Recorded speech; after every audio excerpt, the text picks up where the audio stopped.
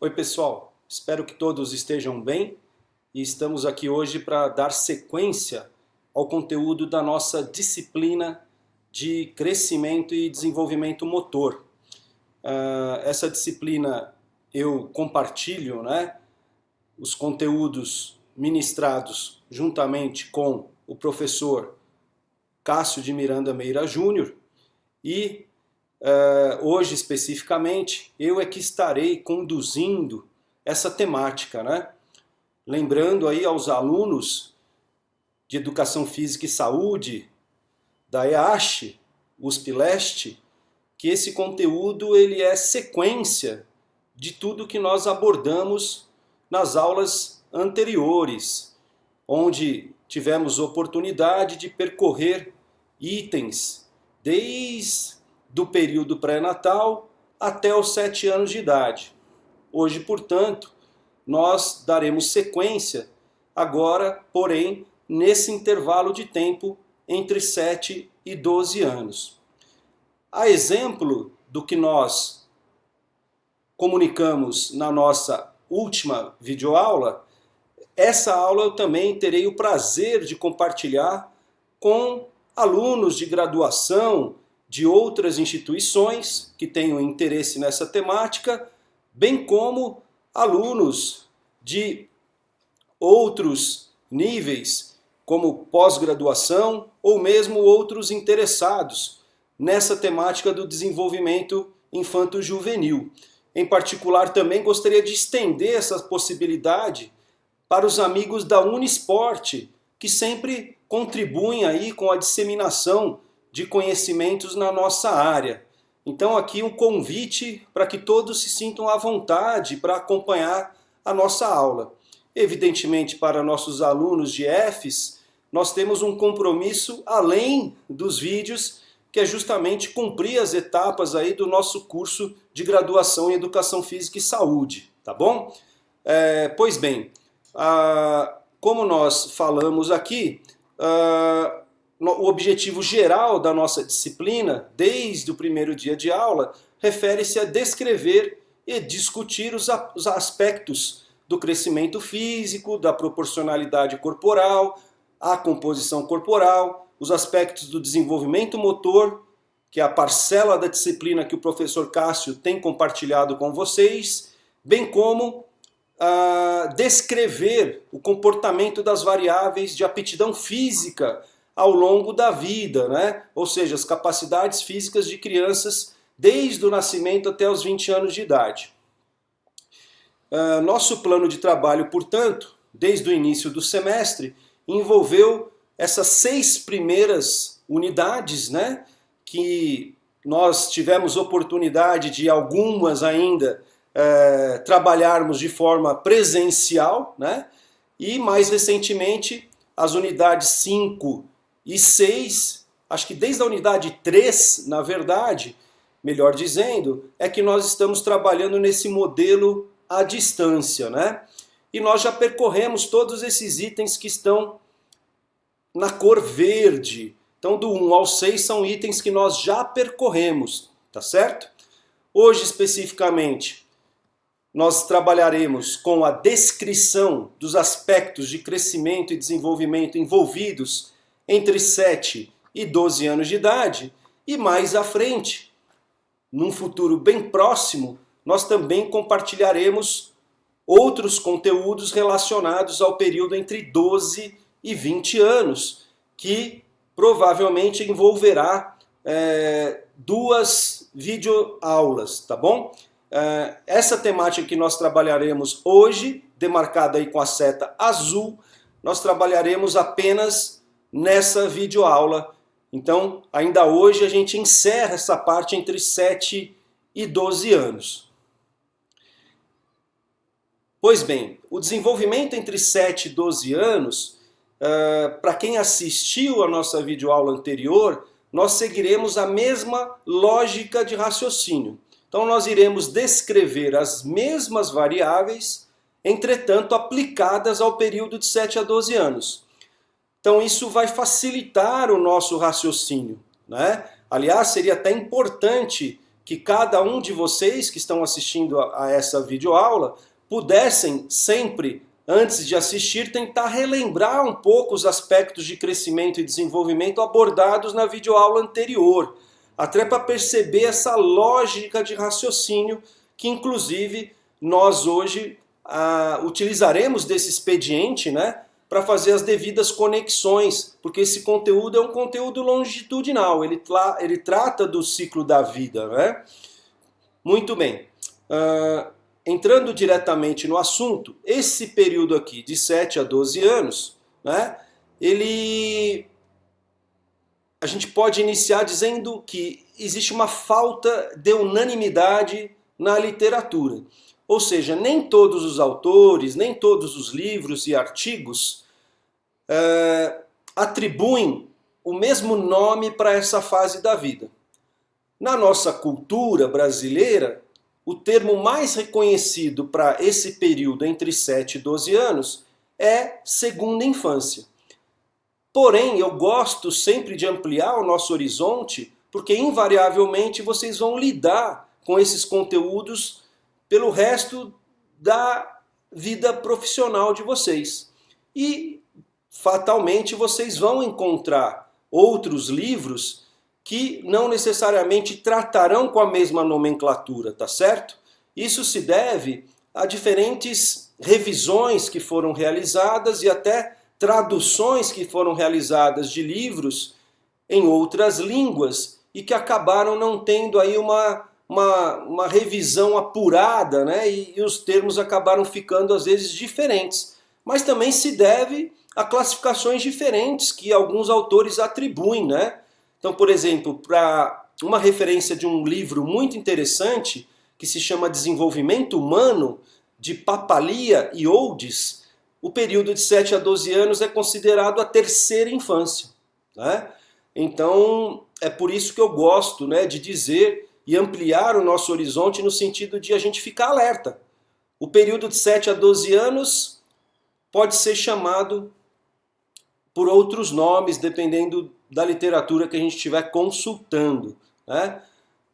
As características, por sua vez, serão as mesmas, né? Independente do nome que se atribui a essa faixa etária, as características que nós vamos descrever aqui, de crescimento, de composição corporal, de proporcionalidade corporal e de aptidão física, essas características elas são descritas de maneira muito semelhante tanto na literatura nacional como internacional.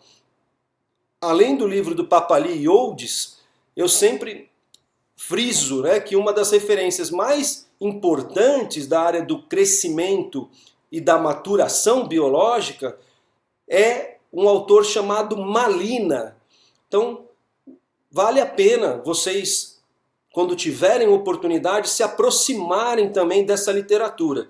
Então, pelo momento, já citei dois autores. Papali e Oldys, né? Livro Desenvolvimento Humano, e Malina, que tem um livro também muito interessante que a gente citou, inclusive, desde o primeiro dia de aula. Bom, falando especificamente do crescimento físico, que foi um item que nós tratamos nas videoaulas anteriores, né? Evidentemente que a estatura e o peso corporal passarão por um processo de acréscimo de medidas, né? Então, gradualmente, durante esse período de 7 a 12 anos, é natural que a gente espere que tanto a estatura quanto o peso corporal estejam aumentando. Afinal de contas, as crianças, né, e no caso aqui pré-adolescentes, estão nesse período de crescimento, né? No período anterior, nós destacamos que de 2 a 7 anos, as crianças crescem num ritmo moderado. Vocês devem até lembrar disso, porque recentemente a gente fez uma avaliação intermediária da disciplina, né? Então, o ritmo de crescimento do período anterior, ou seja, 2 a 7 anos, era um ritmo de crescimento moderado, tanto para a estatura quanto para o peso. Já durante a segunda infância, 7 a 12 anos, esse ritmo de crescimento, ele tende a variar entre um ritmo moderado e um ritmo lento, tá certo? Então, o início da nossa vida, 0 a 2 anos, a gente tem aquele primeiro surto de crescimento, primeiro estirão de crescimento, onde todos os bebês crescem muito rápido até os 2 anos de idade. De 2 a 7 anos a gente tem um ritmo moderado. Por sua vez, no dia da aula de hoje, entre 7 e 12 anos, esse ritmo varia de moderado a lento. Então a tendência é diminuir um pouquinho em relação ao período anterior. O que não significa que durante a segunda infância o crescimento é menos importante. Muito pelo contrário. De 7 a 12 anos nós temos vários anos envolvidos, né? 7 para 8, 8 para 9, 9 para 10, 10 para 11, 11 para 12 anos. Ou seja, durante a segunda infância a criança vai crescer bastante. E o peso dela também vai aumentar, porque existe uma correlação, né? Crianças saudáveis, toda vez que elas aumentam a estatura, elas também aumentam o peso. Essa é a regra, né? Quando a gente aumenta a estatura e não aumenta o peso, tem 2 significados. Ou a criança está passando por algum distúrbio, ou ela está com alguma restrição alimentar. Isso quem acompanha a criança no dia a dia, a família ou o pediatra, que vão poder identificar. Mas o natural é que crianças saudáveis, à medida que elas vão ganhando estatura, automaticamente elas também vão ganhando peso. E o ritmo desse ganho, durante essa etapa da vida, é um ritmo que varia de moderado a lento, mas somado ano a ano, ela vai ter um ganho considerável de peso e de estatura. Outra questão importante relacionada ao crescimento físico e que nós estamos sempre nos preocupando em descrever é que nesta fase da vida, ao contrário do que muita gente imagina, meninos e meninas guardam muitas semelhanças, tanto em relação à média de estatura, quanto também em relação ao peso corporal, né? Então essa informação até é semelhante aos períodos anteriores que nós já estudamos e a gente pode agora assumir que nesse intervalo de tempo 7 a 12 anos continua não existindo diferenças significativas, tanto na estatura como no peso. Então, vários estudos que compararam a média de estatura de meninos e meninas entre 7 e 12 anos comprovaram que essas diferenças não são significativas, ou seja, são semelhantes. Uma observação, porém, cabe nesse período de 7 a 12 anos, que consiste no quê? Na fase final da segunda infância, ou seja, entre 10 e 12 anos de idade, as meninas começam a se deslocar em direção à puberdade. Não significa que elas já chegam na puberdade. Significa que o organismo das meninas está se mobilizando biologicamente, do ponto de vista hormonal, para caminhar em direção à puberdade. Então essa é uma observação interessante para a gente guardar com carinho, porque algumas mudanças, mesmo que ainda não sejam significativas, começarão a surgir, né, entre meninos e meninas. Então aí é só uma observação que será válida tanto para esse item 5.1 quanto o item 5.2, 5.3 e 5.4, tá certo? Então é um sinal que a menina está mais cedo que o menino, 1 ano mais cedo. Em média, as meninas começam a se deslocar em direção à puberdade, tá bom? Isso fica muito evidente agora se nós observarmos gráficos de crescimento. Então, esse gráfico que eu estou apresentando para vocês é um estudo feito com crianças norte-americanas, que, se não me engano, está inclusive publicado também no livro do Gallagher e Osmond, que chama Compreendendo o Desenvolvimento Motor. E aqui a gente tem ganho de estatura, centímetros ao ano, e aqui nós temos faixa etária de 6 a 11 anos, ou seja, um período bem equivalente aí à nossa segunda infância. E o que a gente percebe aqui? A linha contínua são os meninos, enquanto que a linha pontilhada são as meninas. E nós observamos que durante toda a segunda infância, meninos e meninas são muito semelhantes. Não há diferenças significativas na estatura de meninos e meninas. Porém, em relação àquela observação que nós acabamos de ver, vamos retomar aqui, eu vou voltar à tela, ó. Tá vendo aqui, ó? Entre 10 e 12 anos, as meninas estão um ano adiantadas no desenvolvimento fisiológico. Vamos voltar para o gráfico agora. Olha que interessante. Percebam que antes dos 10 anos, mais ou menos, o menino era ligeiramente superior à menina. Ao passo que a gente vai migrando para a parte final da segunda infância, como foi dito na observação, as meninas se tornam ligeiramente superiores aos meninos. Isso não tem uma importância, porque em termos de média eles continuam semelhantes. Mas para quem atua e trabalha na área das ciências do esporte, é importante a gente saber identificar o momento em que as diferenças começam a ser sinalizadas entre meninos e meninas, né? Elas não explodem de uma hora para outra, elas têm um início. E o início desse percurso que vai se consolidar na puberdade, que é a fase seguinte, o início é nesse final de segunda infância, onde as meninas já começam, um ano antes, caminharem em direção à puberdade, né? No gráfico seguinte, vocês podem não ter percebido, mas eu mudei o gráfico, porque ele é muito parecido, é um gráfico de peso. Então aqui a gente tem aumento de quilogramas por ano por faixa etária, né? E a gente nota o quê?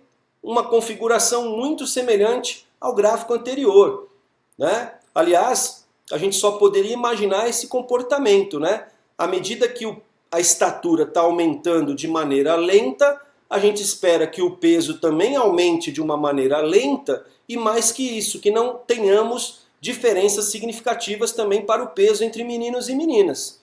E a gente novamente verifica que no início da segunda infância, né, nesse trajeto aqui até mais ou menos 10 anos, nessa transição de 9 para 10, o menino é ligeiramente superior e dos 10 anos para frente, a menina é que se torna ligeiramente superior pelas explicações que nós já frisamos anteriormente, né?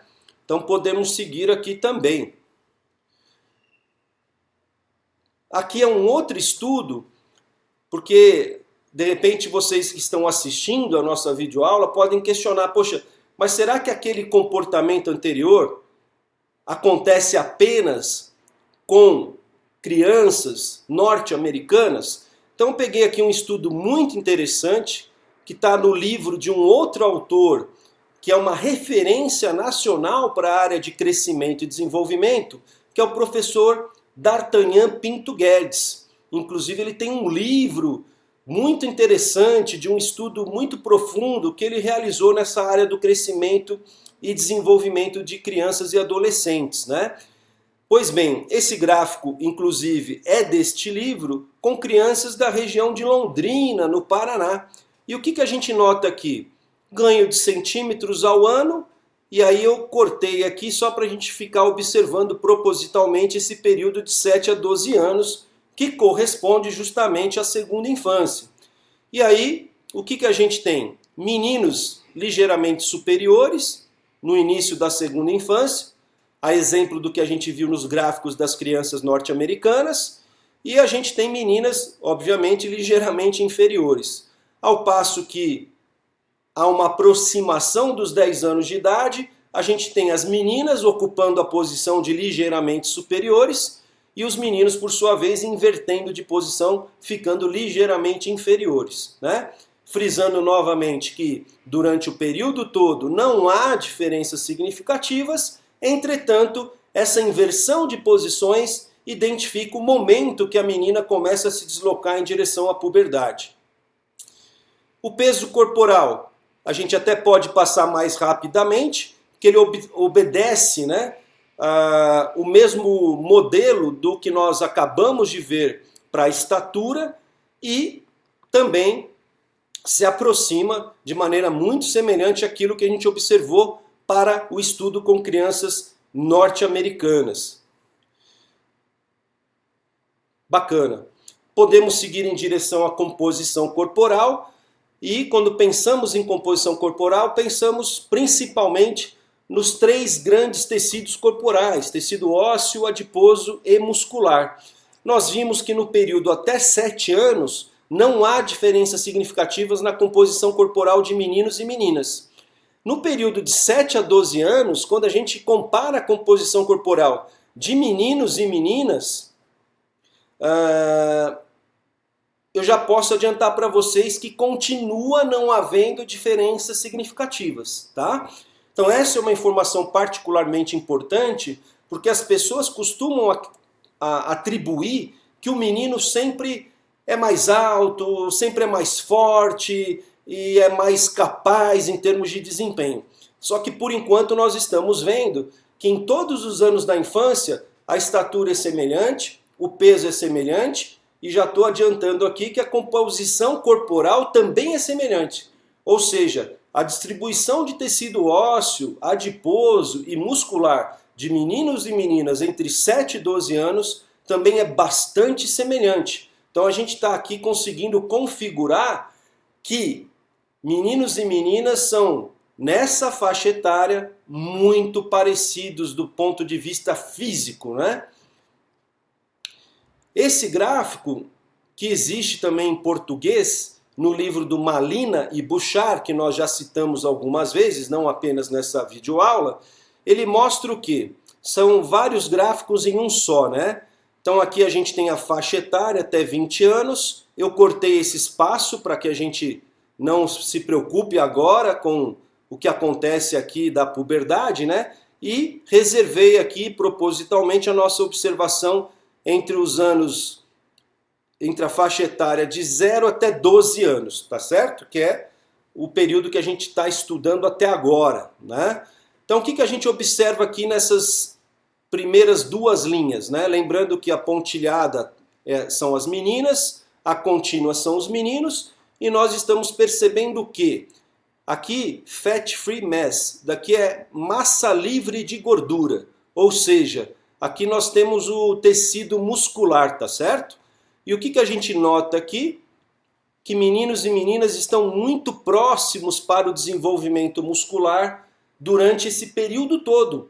De 0 até 12 anos, meninos e meninas são semelhantes em relação a tecido muscular. Um menino até ligeiramente superior, sim, mas essas diferenças não são significativas.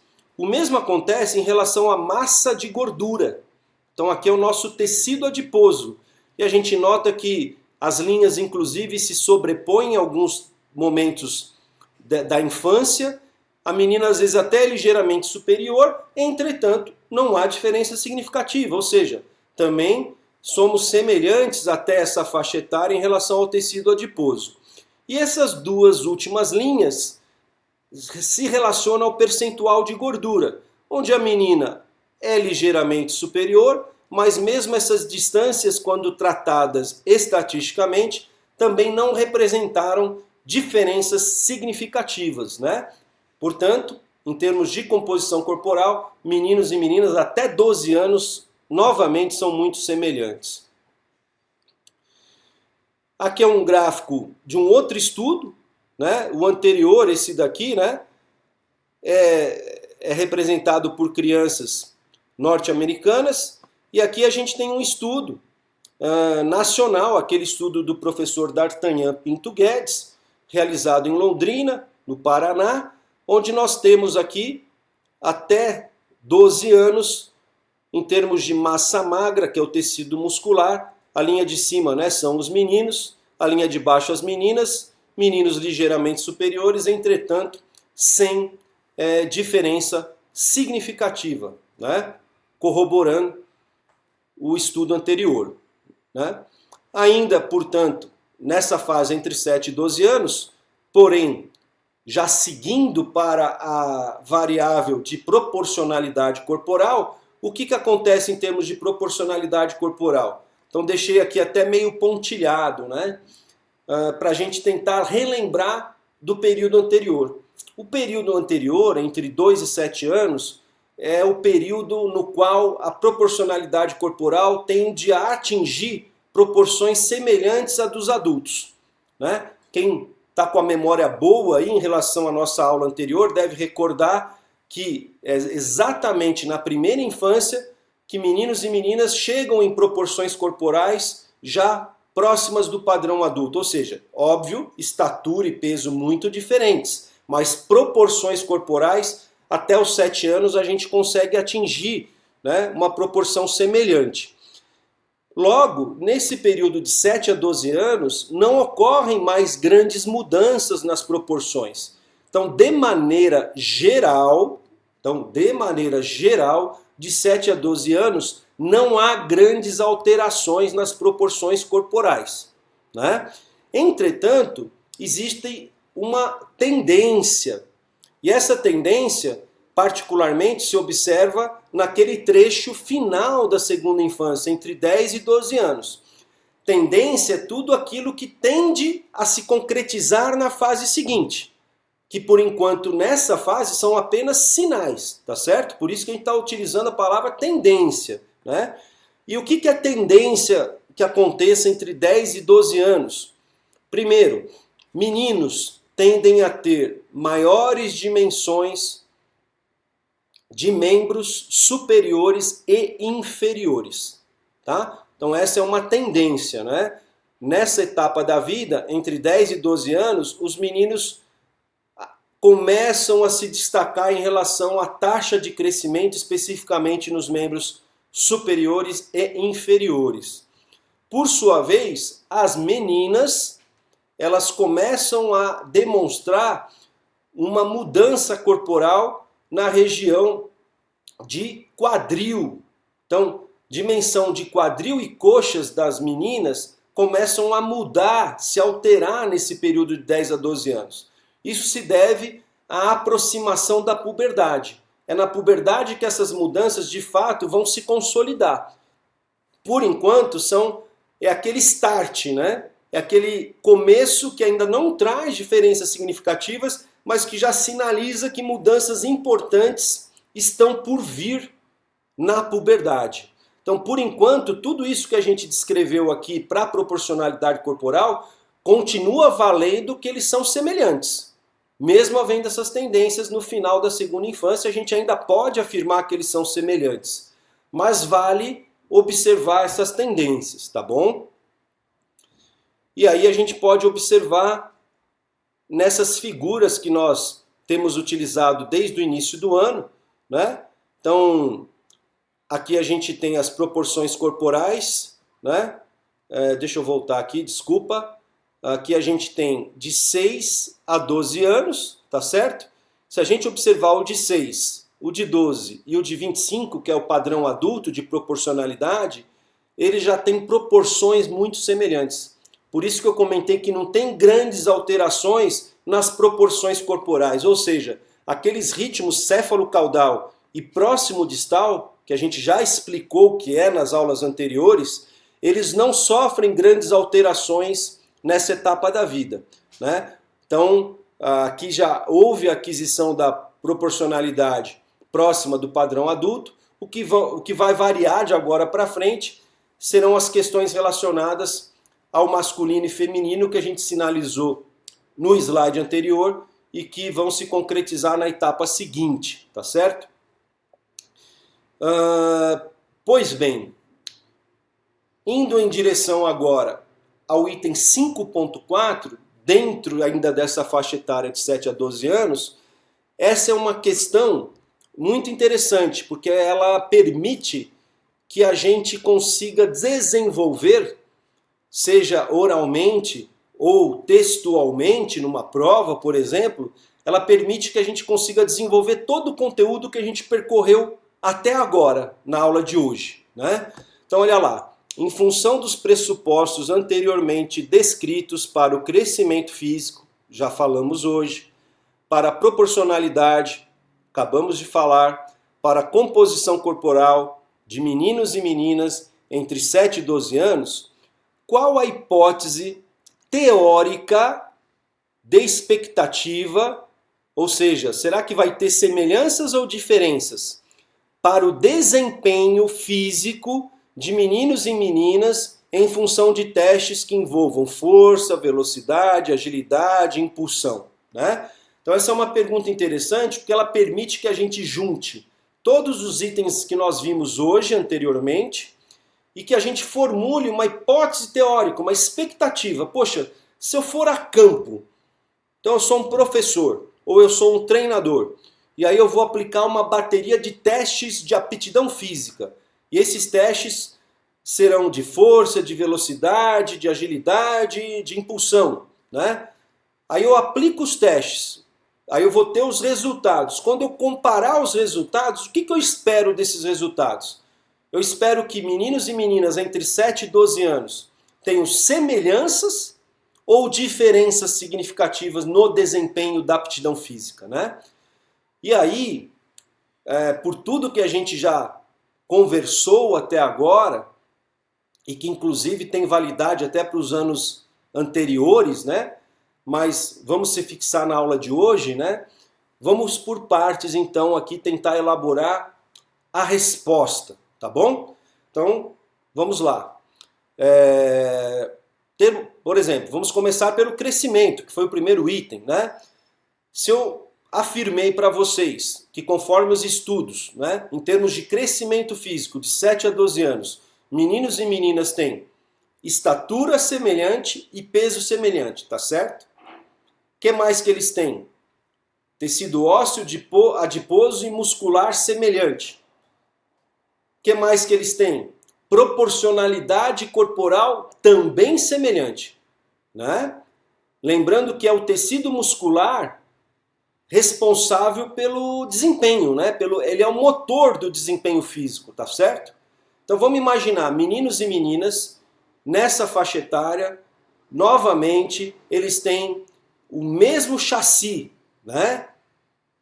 Eles têm o mesmo motor, né? Então o que a gente espera, fazendo uma analogia com carros de uma mesma marca, de um mesmo modelo, com uma mesma motorização? O que a gente espera do desempenho desses, entre aspas, carros? A gente espera que eles sejam semelhantes. Eles têm os mesmos chassi, o mesmo chassi, os mesmos acessórios, o mesmo motor.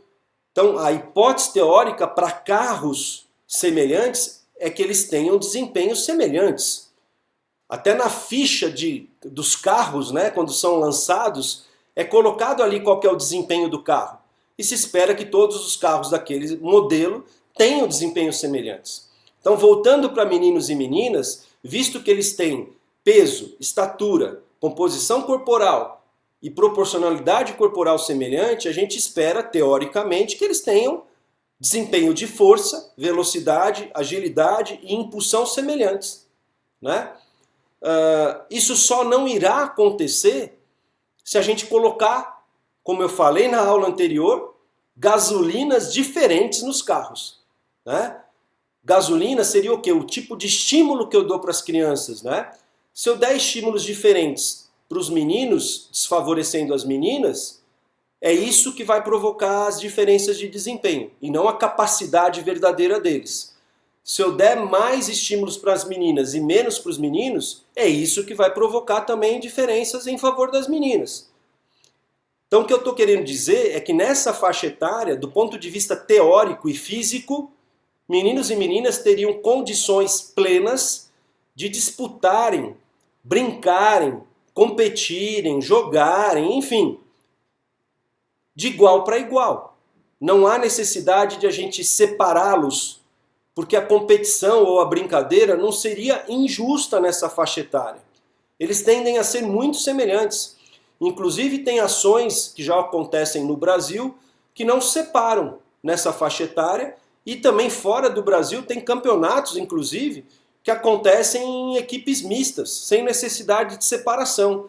Porque como eles estão recebendo estímulos semelhantes desde sempre, não tem por que separá-los. Aliás, essa é uma fase muito rica da vida e que, diferentemente das fases que virão, permite que haja ainda essa possibilidade de meninos e meninas brincarem, jogarem, até competirem de igual para igual, né? Inclusive porque os interesses também são semelhantes.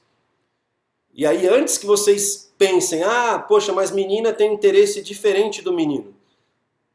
Só terá interesse diferente se os adultos manipularem esses interesses. Se você sair perguntando para meninos e meninas o que eles querem fazer, eles querem brincar, eles querem jogar, eles querem desenvolver novas habilidades, eles querem, dentro da brincadeira, né, poder competir entre eles, jogar entre eles, né? Então, se a gente não manipular esses interesses, a tendência é que eles tenham interesses também muito semelhantes. Então, acho que essa é uma mensagem muito importante que sustenta uma série de perguntas que surgem na prática, né? Afinal, quando que meninos e meninas devem ser separados, né? Até 12 anos não haveria necessidade alguma de separar. Inclusive, tem casos já, inclusive descritos jornalisticamente, né? Que ganharam vulto na televisão e nos jornais. E eu lembro aqui de uma menina, se não me engano, até do Paraná, que a família entrou na justiça para que ela pudesse disputar as competições de futsal nessa faixa etária, porque na época não havia equipes femininas, a menina já treinava com os meninos, ela gostava disso, ela brincava de igual para igual, jogava de igual para igual e tinha peso semelhante, estatura semelhante, composição corporal semelhante, proporcionalidade corporal semelhante, ou seja, ela estava, do ponto de vista físico, biológico e também do ponto de vista motor, dadas as experiências que ela tinha lá no Paraná, ela podia jogar de igual para igual, né? Então a gente tem visto essas histórias se repetirem e eu penso que seria bastante saudável que a gente incentivasse essa prática, né, de estímulos semelhantes para essa faixa etária entre meninos e meninas, né? Então isso é um destaque importante da nossa aula de hoje. Aqui eu nem vou ficar colocando muitos gráficos, mas são apenas 2 exemplos, tá?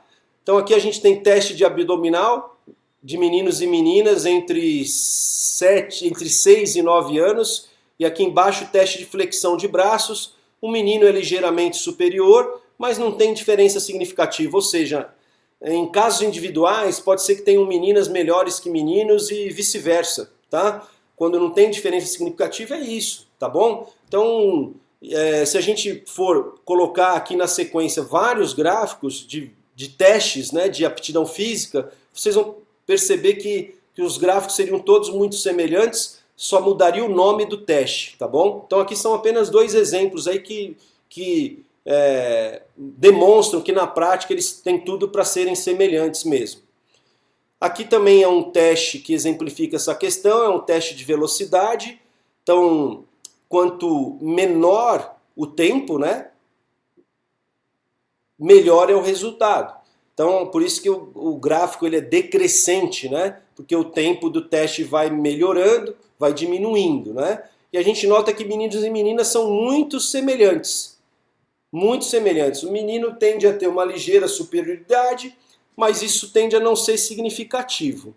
E eu destacaria esse final aqui, ó, entre 10 e 12 anos, começando a haver uma diferença ainda não significativa, mas que vai se consolidar na fase seguinte, tá bom? Que é aquela observação, as meninas aqui estão caminhando em direção à puberdade, então elas estão perdendo um pouquinho de desempenho e os meninos continuam evoluindo o desempenho. Mas aqui a diferença ainda não é significativa. Essa ligeira perda de desempenho, ela pode estar acontecendo por 2 fatores, né? Primeiro, em média o menino começa a ter maior dimensão de membros, e isso favorece a amplitude da passada. Segundo, a menina ela está começando a concentrar mais tecido adiposo na região de mamas, quadril e coxas. Então, gradualmente, ela tende a perder um pouco de desempenho à medida que ela entra na puberdade, enquanto o menino continua evoluindo. Entretanto, vamos frisar novamente, isso é apenas uma tendência. É válido afirmar que durante a segunda infância, meninos e meninas ainda são bastante semelhantes em todas essas características.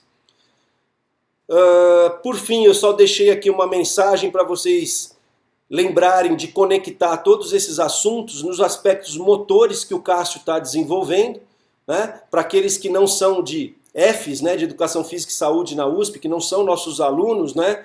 A gente tem aí uma parcela do conteúdo sendo trabalhada em paralelo com o professor Cássio, que faz essa conexão com os aspectos do desenvolvimento motor, tá certo? É isso, gente.